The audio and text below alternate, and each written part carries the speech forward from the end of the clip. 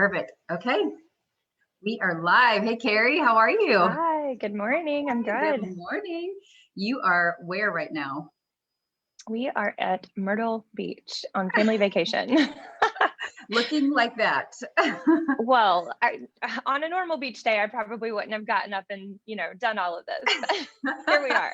Well, here we are. Thank you for taking a few minutes out of your family vacation. I'm super grateful that you just took a few minutes to have this conversation this morning because I know that there are so many women out there that need to hear what you share, need to hear your story, need to hear a little bit about who you are and just the journey that you've been on. You have been on quite a journey for 20 years. I feel like how A many long years? time.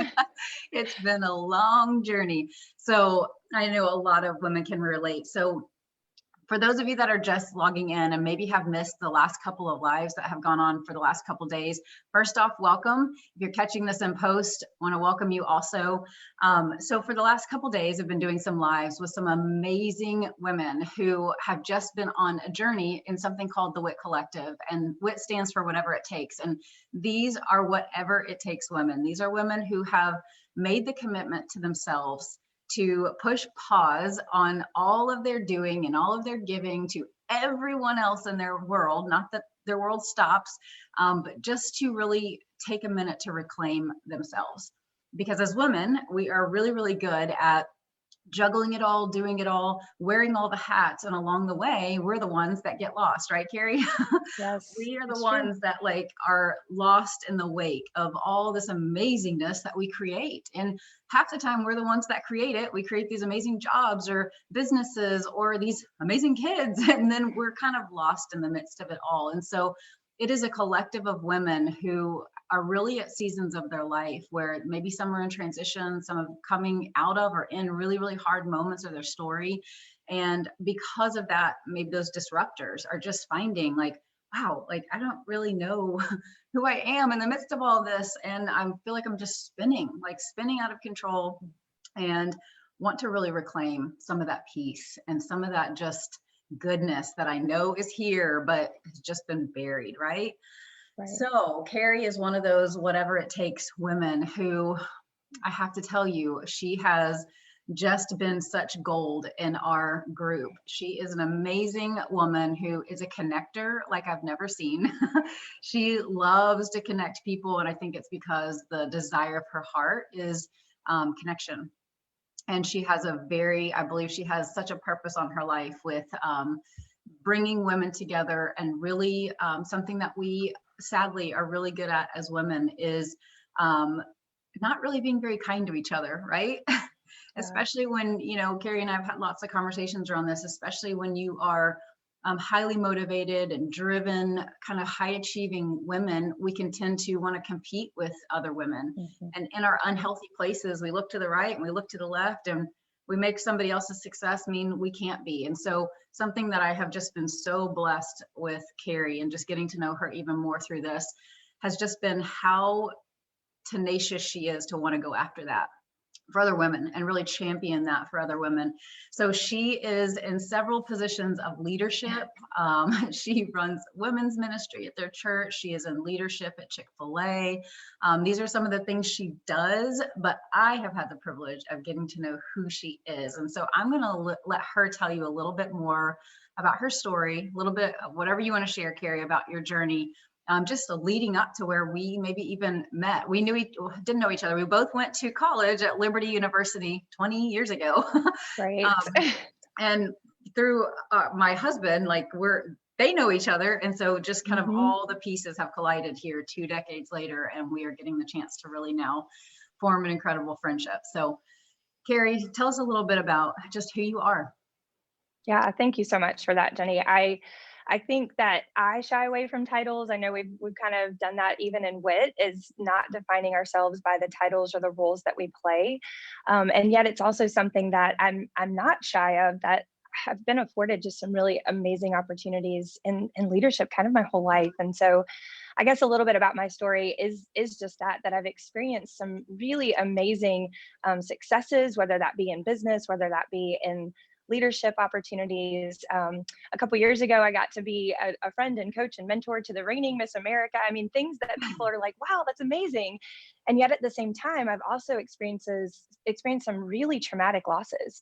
And I've gone through some really devastating places of just everything being stripped away and finding myself at a place where it all had to be rebuilt. And so I've done this a time or two before. And at the same time, despite what maybe others might externally look upon my life and say, wow, that's really successful, or that's really amazing, or what a great position you might have, or what a great opportunity you've had, I still felt on the inside that I wasn't enough, that I was somehow lacking, that I was unwanted, that maybe I was not even seen, and ultimately just really felt rejected. And so through a lot of my life story at this point, I would tell you that I found myself prior to the season of WIT just really looking for something more, realizing that I was just so stretched and just felt like I could not give a single ounce of myself in any direction, that I had my tentacles all pulled in, right? So for me, this is really a lot about, once again, kind of rebuilding and reclaiming my identity, first and foremost in Christ, and realizing that a lot of my story has been just a redemption story that the Lord Himself has put back together. But we were also in a season where my son, who's 13, is adopted. That's another whole story of loss and gain, and a beautiful answer to prayer. He was recently diagnosed with autism. And so I found myself in a place of just absolute overreacting, over owning, trying to advocate for his care, and also just running these businesses and running these leadership roles, and not really sure which way was up and if I even had anything left to give. Carrie, literally, as you were talking, I was like getting emotional. Just my heart is just like so big for women like you who are like you said. I mean, I just got so emotional when you're talking, just like picturing you even just a few months ago in that frenzied place, in that place where you're so stretched and so overwhelmed, feeling like I have nothing left to give. And yet what everybody sees when they see Carrie is probably flawlessness. And not because Sure. you ever tried to do that, not because you wanted that perception of like, I've got it all together. It's just you're capable of carrying so much and doing so Absolutely. much. And the way our lives and our systems of our family and our work environments and our leadership environments get structured is somebody has to rise to the top, right? Hmm. Somebody's got Yes. to be the chief. Somebody's got to take the reins. And if nobody else is, guess who will? Right. Right? Right. And Yes. so I'm just getting emotional listening to you, thinking about that that woman, that place Hmm. where you were of just, I'm gonna break. I mean, Hmm. is that what Yeah. you were kind of feeling?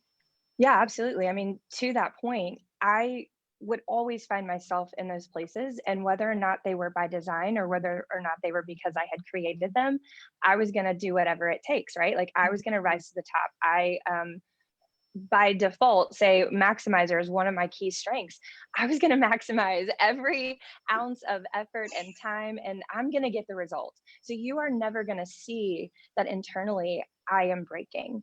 And I did such a good job of this. I've learned this from perfection for my entire adult life. I went through an abusive marriage, and I went through divorce and lost my home to a house fire. I mean, traumatic things. No one would have ever even known that anything was wrong, because I was making sure that the image that I was presenting was one that people's perceptions were basically being managed of me, that Carrie had it all together. And secretly inside, I just didn't. And so I think for me, a lot of that has to do with the amount of control that I think is not unique to just me. I think that this is something that so many women struggle with. And in talking and ministering to women so much inside the church, I know that we are all trying to just grasp at what we can have control of, and yet watch it kind of slip through our fingers, and still wondering like, what can I possibly do to figure out my footing? Yeah, I mean, just as you're kind of like rattling off the bullet points of your timeline, it's like, well, wait, hold on. Like trauma and relationship, mentioned an autistic son, adoptive, journey, Yeah. a house burning down. I mean, standing there in front of that fire, like what were you thinking and feeling? Because I know that that was a tail end of a not tail Yeah. end, in the midst of a very traumatic season relationally Right. for you guys. What was that? I mean, you're talking about control. Like, was that more a season where you're grasping for more control because of Yeah. that house burning down, or I what think was that that was like? probably a breaking point for me where I said, okay, God, like, please just do this. I am trying to fix a marriage, regain life, figure things out. And I realized it was out of my control. And, sometimes things do happen out of our control, but sometimes the answer that we pray for isn't the answer we get. And we don't realize it until years later that I really believe that that fire of the destroying of everything was really kind of a breaking down, and an opportunity to just rebuild from scratch. But that was probably my first catalyst, and this was 10 years ago, of me rebuilding who I am, because I walked away from completely being rejected in an abusive marriage, and just completely not knowing which way was up, and realizing, like, I don't even know who I am. And I've got this little toddler son that I've adopted, and he's a miracle in and of itself. And I'm also the single mom, and I'm trying to figure out, like, God, who am I? And what do I do with all of this? And so from there, you can, and people now would say, man, what, we want that marriage, we want that family. It has not been without blood, sweat, and tears, but it has also not been without surrender too, because the very thing that I wanted was control. And it was the very thing that I had to be willing to relinquish so that I could start to begin to do the work one step at a time and allow the Lord to do the work in my life too. That's so good. Surrender, as we've talked about in the WIT program. And when we say WIT, if you're just joining in, if you don't know what that is, it's whatever it takes. It's an abbreviation for whatever it takes. And we talk about in there that surrender, releasing and surrendering are the scariest right before you do them. Yes. And yet Yes. what's waiting on the other side of it is life, is freedom, is Yeah. everything that you've ever longed for, the more. Yesterday in one of our interviews with a woman named Jenny Hogue, she was just talking about how long she longed for more. One of your dear friends now because of the WIT Collective. And Yes. Yes, she is. yeah, so it's just this longing that we have, and yet we're so afraid to let go of the control. And I think we have done a good job in our environments especially in environments of faith, of just being like, let go and let God, and these little cliche things. And women like us who are action takers, like we are action takers. I know we're sitting there going, but how do I do How? it? Yes. It's so frustrating to hear this is what you should do, and almost this prescription for a successful life, and a prescription Right. for making your life go perfectly and look okay. And we hear these things from the time we're a little girl, and this is how we should be. And if we do these things, then out will pop this perfect life. And so a lot of the women in this group, and you too, Carrie, I know you spent your life like trying to kind of follow that prescription. And then you get married, and it's like for the last, that first 10 years, just one thing after another that was like taking down everything you ever thought. So Right. I mean, the how is big. Like, we have to know how do I let go of control? How do I get to this place of complete and absolute surrender and release, and all these things? So that kind of leads me to my next question of just like how that whole journey for you. And it's interesting. I love hearing timelines of people's life, because what was sown 10 years ago at, probably standing in front of that fire, everything's coming crashing down in your world. The desire was there, and you were taking active steps towards like, how do I do this? Like, we do the thing that we know to do at the moment Right. it presents itself. We go to counseling, or we go to this thing. And how did you, you to be able to tell everyone, like, you were on some growth journey yourself. You'd done a lot of things, and yet you were still in this place of, but how? So what kind of led you to joining the WIT program, the Whatever It Takes program, and saying yes? Like, why did you do that? Yeah. So let me first add this caveat, because I have a master's in counseling. Like, you would think, like, what is wrong that I've studied all of this? And it's the conversation we've had, Jenny, from the very first Yeah. conversation we had, which, by the way, was only in February. So I've actually Mhm. only known you for a couple of months. And I remember telling you, I have a master's in this. I've studied, like, I'm gonna do the work. Like, when it comes to digesting content, there is no shortage of how much I've read, listened to, gone to counselors, sought out mentors, like whatever that was going to look like. I was doing all of that. But I think for me and for these high achieving women like me, like you, we're trying to skip over that process, right? Because growth is hard and it does require us to dig into the soil. I'm totally willing to get my hands dirty, but I just want to know the easy button out. So even joining WIT, I was one of the ones in the very beginning who was like, hey, where's the syllabus? I need to know week from week. What are we? And you knew not to give it to me, right? Because you knew that I was going to just try to go from week 1 to week 10. And I was just going to fast forward through all of You're gonna that try to because beat the that's game so that you absolutely could do it well. maximize efficiency.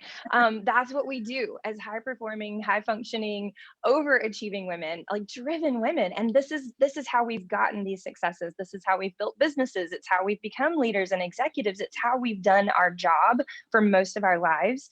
And yet at the same time, it's not the way that we go through real growth, because you have to take the steps back to peel off each layer one at a time. And so I just recently was studying a really familiar verse talking about your word is a lamp unto my feet and a light unto my path. And if you look really closely at the two different words for lamp and light, it's exactly what I think WIT embodies. And it's how I would choose to live my life. I want the light. I want the light that is illuminating the whole thing, like the sun at the absolute peak of day where it's going to show the entire path. Like that's what I was wanting and expecting from WIT. But what you gave us was the lamp. And it was just enough light for each next step, because not until we got to the end were we going to be able to illuminate really what we had been through. So Mm. I know that probably leaves some on the other side going, but wait, what am I signing up for? Because I was that person. It whatever it is, like you have to trust the process, because we're not going to get the full light, the full illumination of the entire path. We're only going to get the lamp each and every step. And when you get to the end, you're going to realize, oh, wait, now I see what we just did. So good, Carrie. I mean, even what you're talking about, you're talking to control. You're talking to how much, even as women, we want to control the process, control our growth, control how it goes down. And there's some very unique things built into the WIT Collective and into the program itself that actually undo that for you as a woman. So if you're somebody that's listening and have been the person, I won't say who in our group was this way, but I need the plan. I need like, that was kind of like what she came in saying, like, I'm a planner. I like everything in order. And if you're that person, it's not that there's a very strategic plan to help you get to the place where you no longer are trapped by that. Because Right. somebody who says, I need a plan, I need to know, my heart goes, oh, Carrie, what have you been through in your life that's your self-protection? That is Yeah. your way of trying to make sense of your world and keep it secure and keep it stable, because something has happened that's so scary, so hard, that was so out of your control. This is now how you show up to your world. And Right. so, I'm able to go, I love you. I'm gonna take care of you. We got this together, all these Yeah. women. And yeah, so I remember when we talked that it was, coming in at the beginning, it was just this frustration and frenzied feeling and feeling like, Yes. can you speak to for a second about just, um, something I think as women that we struggle with, that I remember you saying, was just overreacting with your kids Mhm. and your husband, and how that feels as a woman, when you're killing it in all these things, and you're out there doing things where you feel like you're together. I've got it together here. And then you're kind of losing it, like on your Mhm. spouse or your kids. Talk about that for a second, because you're not the only one. Like every Yeah, woman for listening sure. is probably raising their hand, like, I know, me too. I That's really kind of the catalyst for my why. Why did I join? We were in the height of figuring out my son, puberty, autism, boy, hybrid learning, pandemic, like you name it. Mm, It was just all these layers of really complex things in our home. And we were living on eggshells. And I didn't know it until I went through it that I was sort of helping create those eggshells. But for me, a lot of what was happening was I was managing externally. and I was putting out a good image, but I was also coming home and overreacting and not knowing. And again, I'm doing all the work. Like I've had some of his therapists sit across from me and say, "What's your background again? Like, how do you know all of this stuff?" Because I'm going to do the work, I'm going to do the research. But we were just at a place of um, just real eggshells, honestly, and frustration. And I had gone and sat down with my own counselor more than a year ago, and it got to the point where I just said, "Thank you, but no thank you. You're telling me all the things that I know, and Mhm. there's still this disconnect for how I actually apply it." Because I'd read all of this stuff in a book, I'd heard it all, I'd done the research. So really kind of stepping into WIT, and the reason why was because I was juggling this busy career, but I was also balancing advocacy for my son and all the care that we knew we were stepping into with him. In a week, we start 25 hours a week of ABA therapy in our home. Wow. Right. Like, so I can't even mentally like wrap my mind around that, and just sort of the explosions and things that are happening on a sort of daily basis. And Mhm. we have a 5-year old, and we're trying to just still manage, jobs, and my husband working from home and everything else. And so for me, a lot of the overreacting was not knowing the right outlets to get my emotions out, but because I was not like really dealing with the root. Like I was not really looking at the rejection and the feelings of unwantedness and the feelings of unworthiness that I felt. Um, Brene Brown has a quote: "You either walk into your story and own your truth, or you live outside of your story hustling for your worthiness." And I thought, I do not want to be hustling for my worthiness. I do not want to be grasping, because really control for me was trying to grasp that somebody see me. Somebody see all the stuff that I'm doing for my son, and someone see all the stuff that I'm doing for work and for my career and for women. And that just gets exhausting. So when I came in 3 months ago, I told you I'm stretched. I am just absolutely completely empty and stretched. Yeah. Wow. What would you say your biggest takeaway from your time in the WIT Collective was? It's a hard question because there's so many different tools. I think a couple weeks ago you had us answer, now where do we feel, or what do we feel like we are. Day one, that was my word. I was stretched. I was looking for release. I wanted to release myself of these overreactions and over owning, and even just the people pleasing, the constant management of the narratives and the outcomes. Where I'm at now is leaving filled. I feel equipped as well. I've learned that I don't have to work so hard at getting people's attention or managing how they perceive me or managing the outcome of a situation. I've learned to be authentically me. And that was probably what I was searching for even a decade ago, when I was really trying to, at that point, rebuild my story. I think for me, the process of transformation really took place with me noticing my re-identity, that there are going to be times where I am not chosen, I am overlooked, I am not always liked. Oh, there's a big one to swallow for a three-wing too. Um, but God loves me, and I am chosen, and I am seen by Him. And at the end of the day, that I can really step into my authentic self and be released and be filled and be equipped to handle these daily situations that pop up. That's so good. That's so good. How big was it for you to do this with a group of women? Talk to me about that and that experience. I have um I really felt like I would not be able to be freely me. Mm. There are several threes in the group, and some that there's only one or two maybe that I really knew coming in, and even then maybe had not been fully authentically myself. Although I will say, one, Lori, had been standing in the street with me watching my house burn down. And so she and I have been through a lot of life together.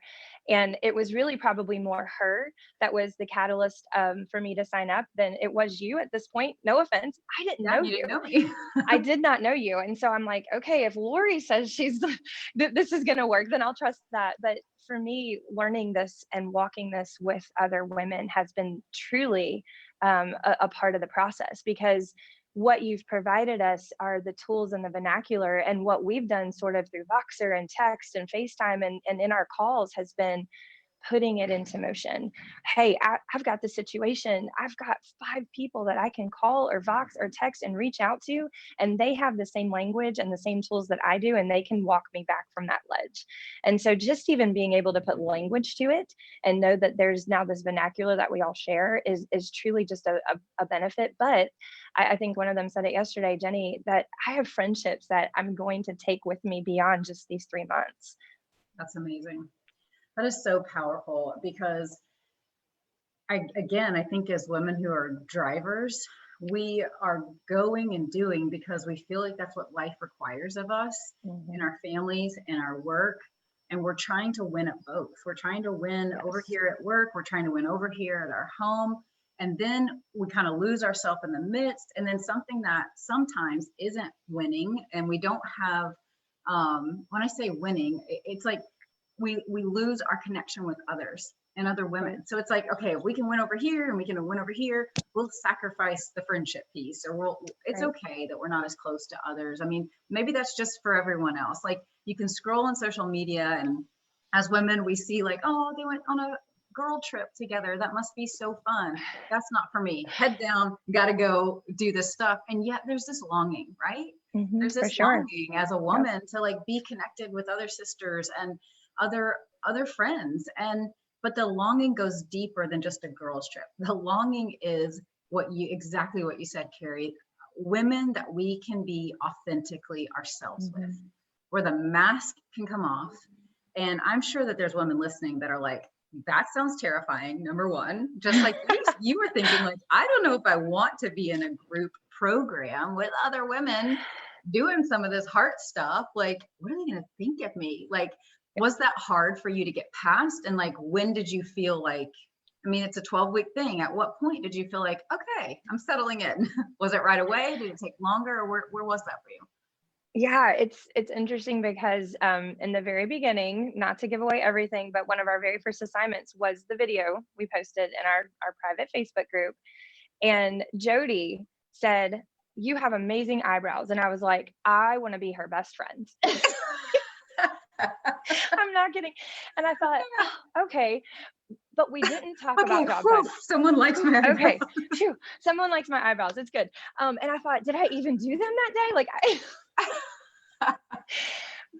but I felt like stepping in, and I think week 1 or 2, we broke off into some small groups in our Zoom call.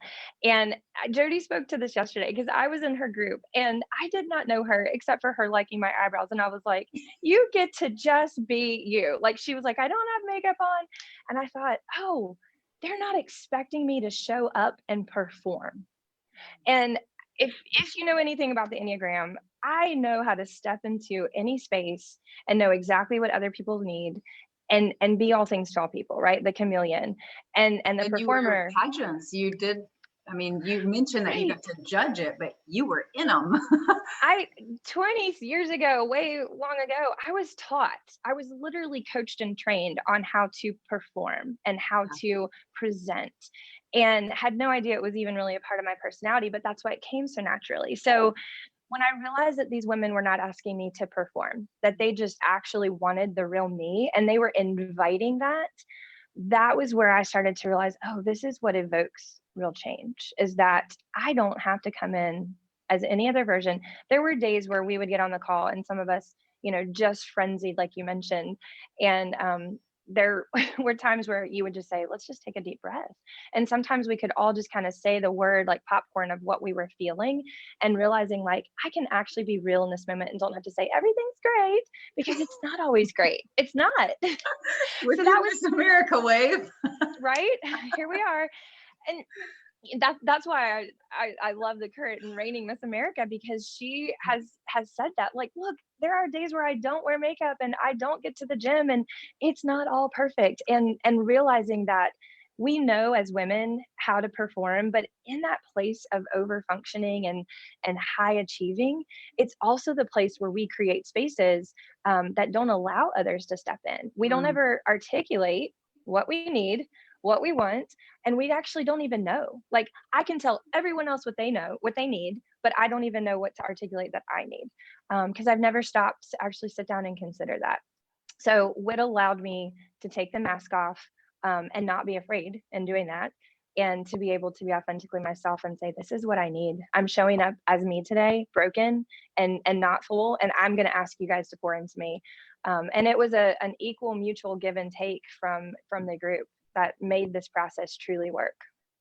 Gosh, Carrie, is so so good. Like I said, we started this call off with, I think, some just deep heart feels there for just like hearing your story and just thinking about that frenzied, trapped, stuck place of like Right. not being able to take the mask off, not feeling like you have to have it all together all the time, and you're about to break and you're terrified of that breaking moment because then everyone's going to know you don't have it all together. Everyone's going Right. to know you're not capable or strong. And yet on this side of it, now you're embracing, I don't have it all together all the time. It's okay. And I just love that. I love hearing that. So if there is a woman out there that's listening that has resonated with some parts of your story and your journey, and it's like, oh my gosh, maybe there's hope. Maybe there is a way, like you just said, degree in, a master's in counseling, you had the knowledge here. Mm-hmm.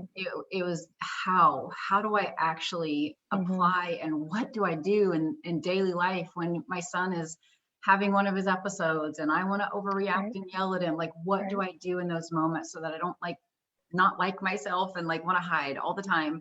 What would you tell these women that are just, they have days just like this and they struggle, and Yeah. yet they're afraid of maybe going on this journey for themselves, or they have, as women, we get all these excuses of I can't, the kids need to be in basketball and they need this and they need that. And, and I just can't, I can't take that kind of time for myself.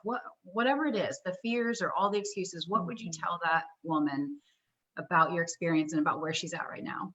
Yeah, I think I would have to honestly admonish her that she can't afford not to, because I would not be able to right now successfully handle, like, look, what we're dealing with inside our home at times is really traumatic. Like, it's hard. It is really hard, and I would be so much more broken down. I would not be able to provide anything to anyone. I still have a 5-year-old daughter. Like, she depends on me. I still have jobs and multiple responsibilities and roles.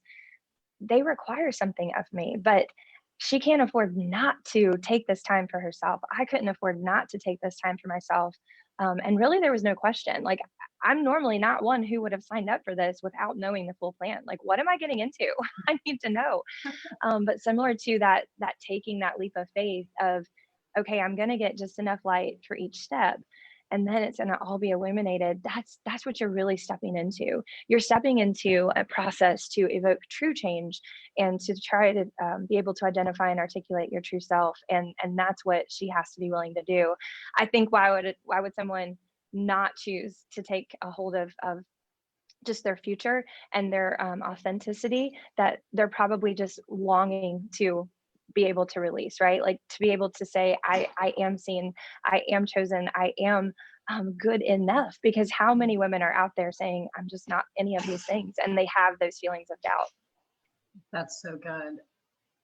Women, listen to this wise woman. I love that. Like being able to take a hold of your future and take a hold of, Yeah. and we take a hold of our future by taking, like you said, a hold of our authenticity and our most true selves that just get so covered by all the layers of life that just keep stacking up unless we do something to shift that. So thank you so much. What, Yes. you have something else to say? Well, I just thinking about the woman who's like me, who's saying, I'm going to do the work. I can figure this out myself. I'll go find a Listen, podcast. right. And I can promise you there's plenty of material out there. The difference maker that sets Wit apart and sets, I think, Jenny, you apart, is that you've been doing this for 20 years and you've lived this. And I remember, I will also say this, if you will allow me to reveal this, I Please. think week 2, I said, Jenny, I need to know, like, is this actually sustainable? And again, here's the ultimate planner. I need control. Is what you're teaching me actually going to work long term? And you walked me through several scenarios that you were having pop up in your own life, just authentically sharing with me, and said, and here's how this isn't always okay on the outside, but I can still be okay because I have these tools and I have this ability to work through it. So if you think you can find the research and the work, I'm sure you probably can, but this is a process that's actually going to take you through sustainable life transformation. That's awesome. Yeah, it's having to, it's kind of the journey that I had to go on for, almost 20 years of Sure. piecemealing everything I could to just get a tiny next baby step, tiny next baby step. And what the WIT Collective and the WIT program that we've put together is, it's compressing all of those years for you, because you do like maximizing. You do want to be efficient and just get in and get it done. And it's not a fast track, just snap your finger. And also it is compressing years into weeks so that you can maximize and get the most out of it and not have to do the one-offs and find all the nuggets and just figure it all out yourself. So Carrie, Yes. thank you so much for taking time Thank on your you. vacation to sit on your porch and have this conversation with us. And I hope that you can go mess up your hair, I get it in a know. Beach ponytail. day. Beach day, go have fun with your family. I'm so grateful for your conversation with us this morning. You've shared so much wisdom and so much gold, and just you. We love just hearing you. So thank Thank you. you, Jenny. Yeah, have a great time today. All right. Bye. Okay, bye.